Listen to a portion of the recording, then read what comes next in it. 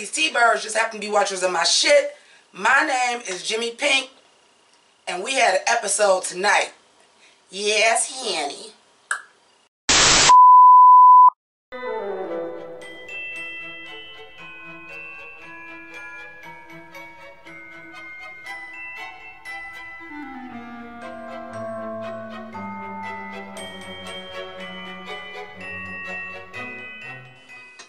So, thank you so much for joining me for RuPaul's Drag Race All-Stars Season 4, Episode 2.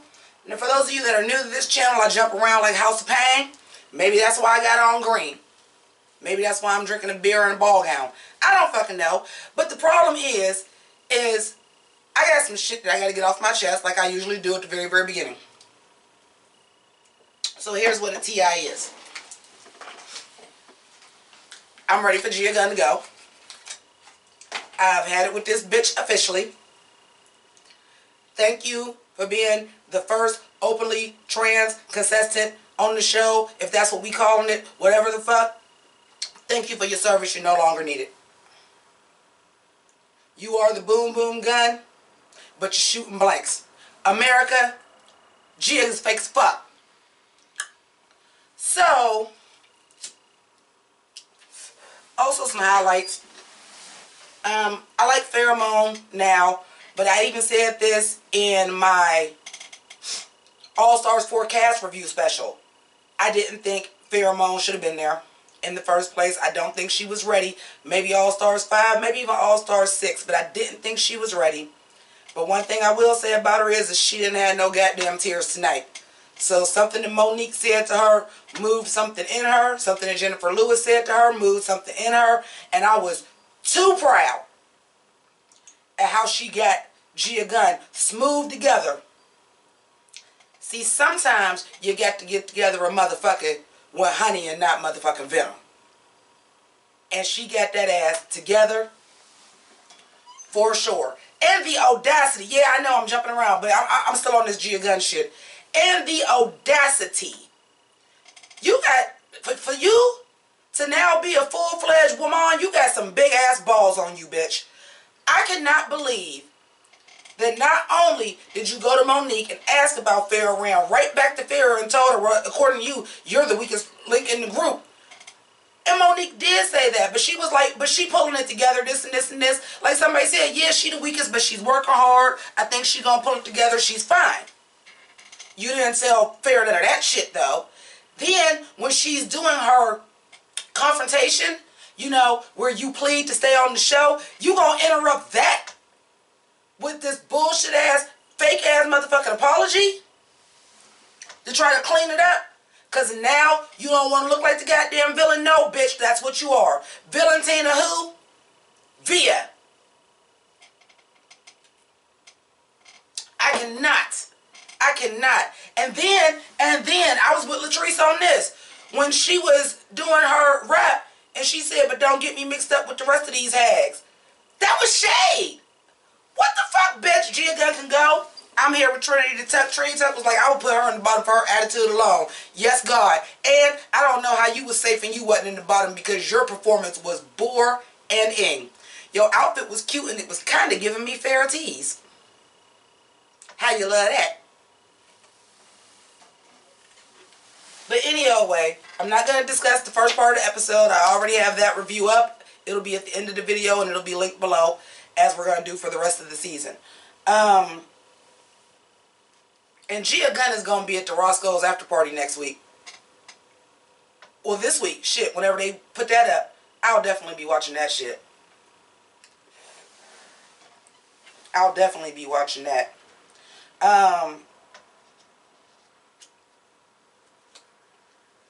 Here's my thing. Now, a lot of y'all have accused me, which I really give zero fucks about, but a lot of y'all accused me of not liking Valentina. I lived for Valentina this episode. That high note, bitch, was everything. Your performance was good. Your lip sync was good. I find it real fucking shaky that y'all decided to choose an Ariana Grande song. I found that editing real fucking shady because we barely saw Monet. Now, usually when they do that, it's because the other person was so goddamn bland and boring that they just focus on the other person and it's a clear victory. But it was a clear victory because all y'all showed was Valentina. I don't even know what the fuck Monet did. I know she did a reveal. I know she did a split. That's about it. So that was some shady editing. And also, so let's pick an Ariana Grande song with Sierra and Casey Musgraves as the judges. So we couldn't get a Sierra song and we couldn't get a Casey Musgraves song. Because let me tell y'all something. I don't know if y'all know. I listen to all genre of music and I fucks with Casey Musgraves. That's my bitch. Okay? So I was excited to see her on the show. And I was actually, honestly, hoping they were going to do a Casey Musgraves song just to introduce that to a new audience, because she is country, but she's really, really good, and her country does kind of blend in other genres that you would like. Like one of my favorite songs that will be on my top 10 list this year is High Horse, where she did a country disco song, and that shit is fire. But I didn't like that editing on the lip sync. But Valentina, clearly for the stage performance, Valentina, Latrice, Naomi, and Monet were my top 4. What I will say is that Naomi was 4th. They doing my girl Latrice wrong. Let me explain. Naomi's look fantastic for the performance. Her solo part, bitch did that. She was living her best life on that stage when it was her solo part. But honey, her choreo was awful. Her choreo was awful. Like Pheromones was bad, but so was Naomi's. Latrice was spot on with everything and she gave a better performance. I do, however, agree with the top 2. I do think the top 2 was Valentina and Monet. I absolutely do. Let's get into these performances though. And then we can get into the good part, the runway. Yay. So, like I said, Naomi, I was like, bitch, work. I said right there, when I seen the performances, I was like, I hope they are not judging this as groups, because I clearly see 2 standouts in each group. And obviously they did too, because that's who won. As far as Trinity's team, okay, Trinity's team, Latrice, of course, slays as always. Gia was boring as fuck. Manila was boring as fuck. Trinity was just okay. I mean, Trinity does what Trinity do, and it was just okay. But when you had Latrice and Valentina stand out so much, you was quite literally the middle of the line in your group. But at least y'all choreo looked a little bit neater than the other group. Because Monique's group, honey, I don't understand. I do not understand the choreography at all. But I thought that Monique honestly wasn't worse than Manila. Sorry, she wasn't. Manila, at least Monet had energy. Manila was just a fucking drag to watch. No pun intended. It was just a drag to watch, especially because we know Manila is better than that. But okay. Farrah was terrible. When Michelle Visage said the nicest way I could put this is you was one of the whitest dancers I ever seen, I was like, church, tabernacle. Because that was awful. That was awful, but I was living for her look. Also, if we're not going just off the performance and the actual part of the song they were doing, Monique's part of her song was better than everybody else's. Out of the people that they considered to be in the bottom. But okay. Let's get into these runway looks. Now, I thought for sure, but because she was safe, they didn't say anything. I thought for sure somebody in the workroom was going to say something. Go back and watch that. The bottom of Gia's dress is super fucked up. It's like super fucked up. It's almost like, is that dress not have like any tool or something underneath it to make it stick out, and you actually have on a slip? Because it was all bunched where it went into mermaid. And because it was all one piece mermaid dress and not specifically just part on the bottom like Manila's was, that shit looked real fucking tacky. Don't do my color like that no more, Gia Gunn. Don't do that shit. Latrice looked absolutely stunning in her all black with her little fur stole, but do we expect anything less from Latrice, especially in a gown? No. Manila, let me tell you something. I usually really don't care for Manila in any other hair but her trademark dark with some blonde in it. But bitch, this gray with the rhinestones in it, the rhinestones underneath the goddamn underarms. I said this bitch is not playing with y'all. And I love a good gray, silver, gunmetal moment too. Oh my God, it was everything for me. Trinity, I didn't like. And I'm actually shocked because I usually love Trinity Taylor's gowns. I did not like this. And especially comparing it to Monet's, I'm going to go ahead and jump to Monet. With them both wearing red. And Monet's was so classy looking. Like she was serving eleganza for real. It was so elegant. It was so classy. And then you had these cutouts in weird places. I'm sorry. I usually love Trinity's gowns, but honey, I don't know what that was. That was a fucking mess. I'm sorry. I did not like it. And Valentina's, I like the dress. Valentina always looks stunning, no matter what I've said about her in the past. She always looks stunning. That face is going to be beat. That hair is going to be coiffed. I love the touch of the pattern of the dress was hydrangeas, but she had hydrangeas in her hair. I love all of that, but I felt like this dress was boring. Valentina is so elegant and so glamour for you to just have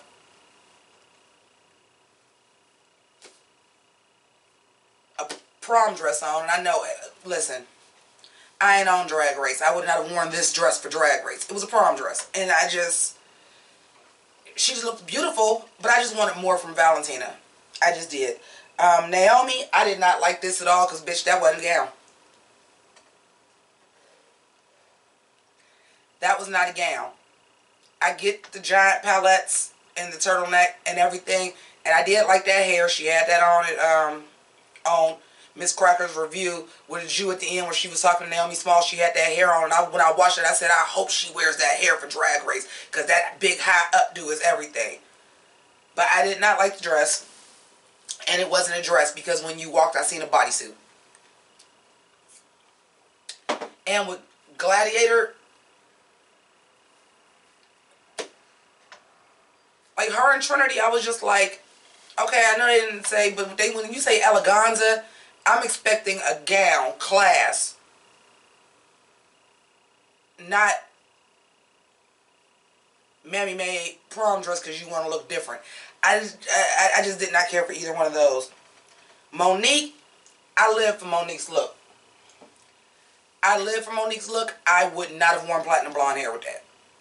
I think that took so much away because the focus should have been your dress, especially because you had to reveal with the nude illusion underneath it, which I thought was very clever and very stunning because you don't usually get a reveal with an evening gown.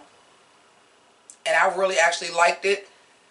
The Vixen, wishes that that's what her nude illusion with purple dress looked like. Monique wasn't playing with y'all when she said, I got coin now. But that platinum updo, that just did not go. And I felt Pheromones was basic. It's a classic silhouette.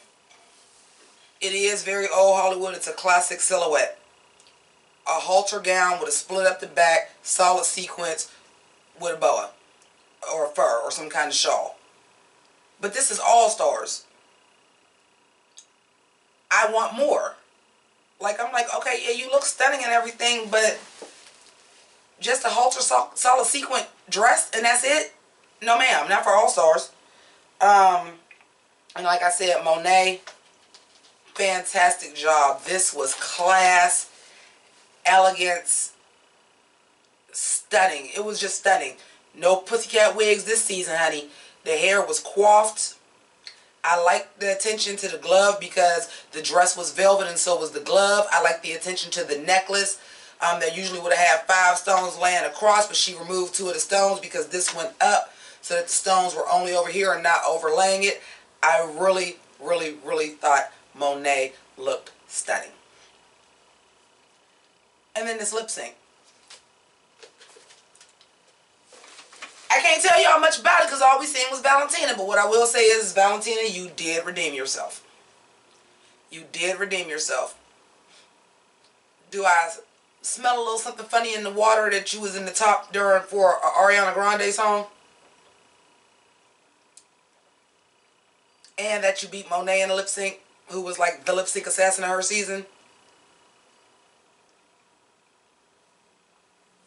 But Valentina did that. I ain't gonna take nothing away from her. She did that. I do feel like her dress was very similar to what she wore in the talent show. But because it's just for the lip sync, I'm not gonna knock it. It was something comfortable that you could dance in. You showed up and you showed out. I think my MVP of the episode is Valentina. Did I mention that she was dressed like Selena? Did I mention she was dressed like Selena? And she padded to be dressed like Selena. Valentina, I want you to pad more often. Your silhouette was stunning in that. It was stunning. I want you to pad more often because you looked really good in that Selena jumpsuit and wig. I want you to pad more often. You looked really good. But that's all I got. That's really all I got.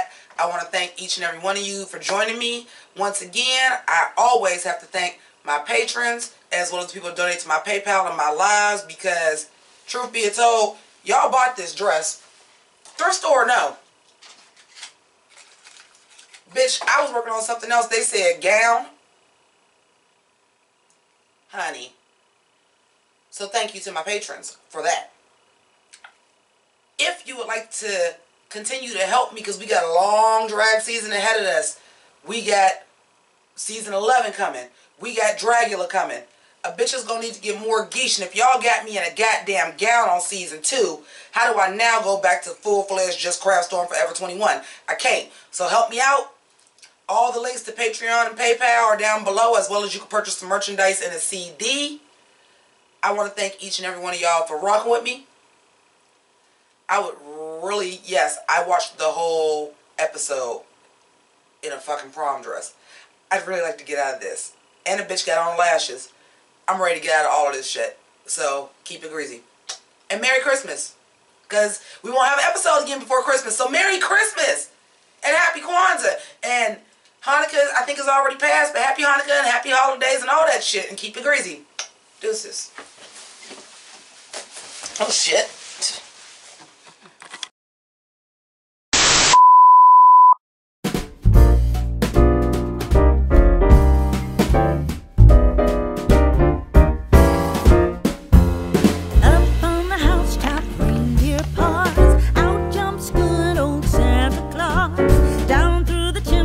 Lots of time.